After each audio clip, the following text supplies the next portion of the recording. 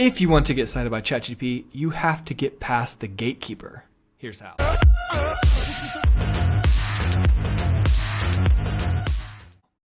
All right, so we're talking about a study from Ahrefs. They looked at 1.4 million prompts and found that a little over half of the URLs that ChatGPT pulled in doing its research were not cited. So we're going to break down why some are cited and why some are not cited.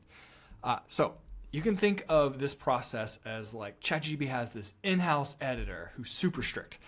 So as it's pulling the information, it's doing the research. And I think a really important thing to understand is how ChatGPT actually goes out and does this research. If you search for, I'm looking for, running shoes, this size, this color, blah, blah, blah. It doesn't just search that. There's a thing called query fan out, where it's going to search a large number of surrounding topics. So maybe you say like, hey, I'm a dad, I'm going through a divorce, and it's going to think of all the topics that are related to that, and it's going to search it all at once. So queries. What is the word I'm trying to say here, Chris? Query fan out. Query fan out. All right. So when you try and say it a couple times, it becomes a tongue twister. Query fan out. So as it's finding all this information, it looks at the title of the page and the snippet, and then it decides, am I even going to open this page? And this is where over 50% of the content it pulled is just discarded. So that right there, you have to win in that spot. You have to have a title that is close enough to that query that it's going to open you. Because if it doesn't open this page, it does not cite it. There's no chance of it being cited. So we're going to dig into why that happens, and then some interesting things within that. So when we look at this, this is actually when ChatGPT is saying like, here's the sources, and it's showing you the sources. This doesn't mean it couldn't mention you in the reply. So I think that's important to understand. And then as we dive into the different categories, the different areas it's pulling information from, this becomes even more relevant. So first of all, the study said that within these 1.4 million queries, it returned 5 different types of content. So it does 5 different kinds of search. This is search, so it's actually going into a search engine looking for the information. One is news. And then there's Reddit, YouTube, and academia. So the way this works is, we know ChatGPT uses Bing. It's going in and actually searching in that search engine. But with the other things like YouTube and Reddit, pulling it from an API. So it's doing it in a very different manner. Now, the number of citations vary drastically from the source. So search, 88%. 88% of the citations came from search. Mm-hmm. News, 12%. I think that one's probably more related to the types of queries. If you're searching for something that it is a news story, it's probably going to be very high. If you're searching for information, on a medical procedure, it's probably less interesting, or a product, probably less likely to pull from news. Now, Reddit was only cited 1.9% of the time, and it's one that is heavily used. And this is, I think, one of the most interesting things that came out of this. It was 67.8% of the non-cited URLs were from Reddit. Wow. So that means ChatGPT is pulling a lot of information from Reddit, but it's not citing it. So what it's doing is it's actually going through all these Reddit threads. It's trying to understand the narrative around this topic. What are people saying? How do people feel? It tries to gauge the temperature, but it's not actually citing that. So it doesn't mean Reddit is not important. It doesn't mean I should ignore Reddit. Because think about this from a brand perspective. You're trying to be recommended for your product, and it's going out and it's doing the research. Well, it's going to go to Reddit and it's going to see what people think about that product. And if the sentiment is negative, it's likely not going to recommend you, even if it never cites anything from Reddit. So it's still very important to control that narrative within Reddit. Same thing for YouTube. It was only cited 0.5% of the time, not a lot, but it's still pulling a lot of information from YouTube. It's still using YouTube to understand the concepts, the popularity, that kind of thing. So still incredibly important. Academia, the study doesn't really dive much into that. I would imagine certain topics would pull from academia more. But again, like that information that it does gather is probably extremely important. So if you're in like some sort of scientific or health, that could be still incredibly important to focus on, even though it's not getting cited a lot. Mm-hmm. What do you think about that? Pretty crazy, right? Yeah, I'm still a little bit confused about cited. So what does that mean? That means in like a ChatGPT output, it's read all of Reddit, and then it's not used any of that information, or it has used that information, but it's not telling you it's used that information. Yeah, well, this study specifically is saying that it wasn't cited. So that means like if it comes up with an answer, whatever that answer is, and then you see the sources, there's a source button at the bottom, you open up that box, it's telling you where it grabbed that information. So it doesn't mean that, in this case, they're actually saying that when it opened that content in the first stage, if it looks at the URL and it doesn't open that content, no chance of being cited. So you can assume that content doesn't influence the answer at all. But these other places like Reddit, YouTube, where it is pulling a lot of the content, but it's not citing it, that means it's still shaping the answer. It's still influencing the answer, even though it's not directly citing that content. So that it's still incredibly important to focus on those things. It doesn't mean like I've put a lot of work into YouTube, but it's not creating a citation. It can still influence that answer, and that's incredibly important.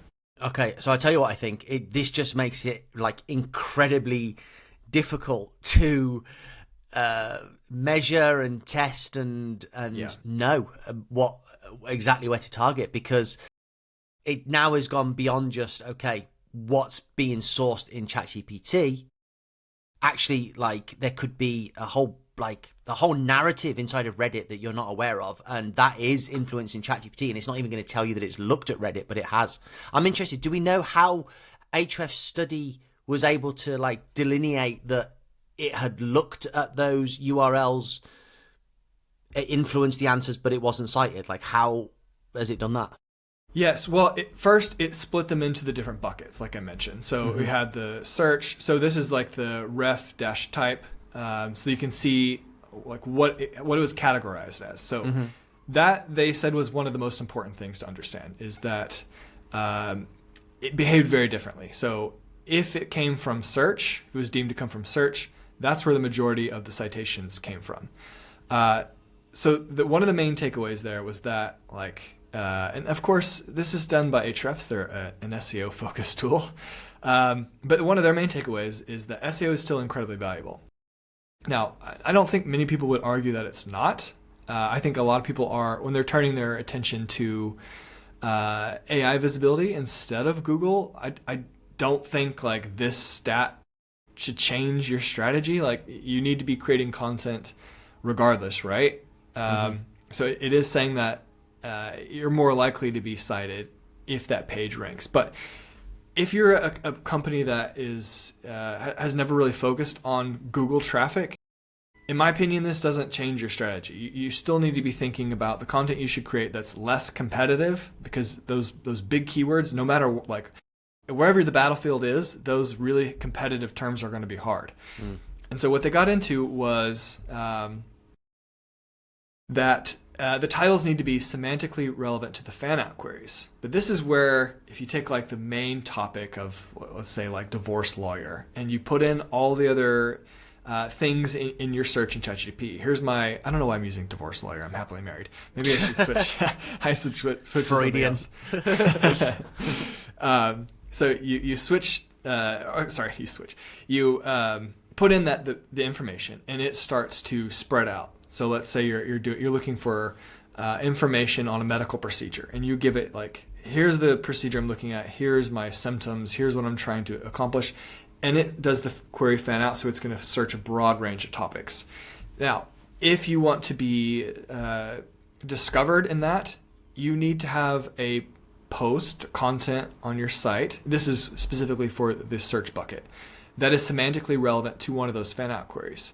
This isn't, you need to cover every single topic it could possibly include in one post. This is, if you have a piece of content that is very closely related to the fan out search, then there's a great chance it'll see that, it will grab that and surface your content. Now that's where if it's not visible in Google, it doesn't it won't be discovered here. That's sort of what they're saying. However, I think when you think about like focusing on SEO, you think about like page one, and that's not the case here. If you're creating like semantically relevant content and it's not on page one, there's still a chance it's discovered. So I think that's maybe the one thing I would say to just consider that if you're looking at this saying, okay, crap, this does mean SEO is incredibly important. Sure, but this isn't saying like you have to rank on page one to be discovered. That's not at all what it's saying. Mm-hmm. I think it provides even more opportunities for discovery, doesn't it? Which is percent. And this was always a strategy within SEO as well, right? Like, don't focus on the main keywords when there's like, very competitive. There's big brands dominating that space. Go find the things that are less competitive. It's the same thing here. Find things that are less competitive. Now, rather than looking at a keyword and writing a post for the keyword, you're looking at fan out query searches and you're writing based on that exact search. Yeah. So there are tools for this, for the query fan out, where you can put in the main prompt and it will show you what ChatGPT is searching for when it does the query fan out. So that's not something you have to go and guess. And now there are tools that do that exactly for you. Mm-hmm. And I think what's interesting is that like we've produced very specific content for one of our agencies on things like expert commentary, which is like quite specific to what we do. And we've had sales calls booked from people that have found us that have been searching for that inside of ChatGPT, which is a much lower competition sort of way to find us. But because we've written about it, people have found us because that's what they're looking for. And yeah, absolutely. One other thing, I'm not certain from this study. So when it put give us the different buckets of like, here's YouTube, here's search, here's Reddit. The other ones were coming directly from the API. So I don't know what that means if it does a search and it finds YouTube content or it finds a Reddit thread. Maybe those are more likely to get cited. I'm not certain. So I wouldn't just. I think that's important to keep in mind. Like, if that would be the most impactful thing you could possibly do, right? Create YouTube content that ranks in Google and then has a chance to be discovered from ChatGPT, from its search function, and from its YouTube API pull. There you go. That's the strategy.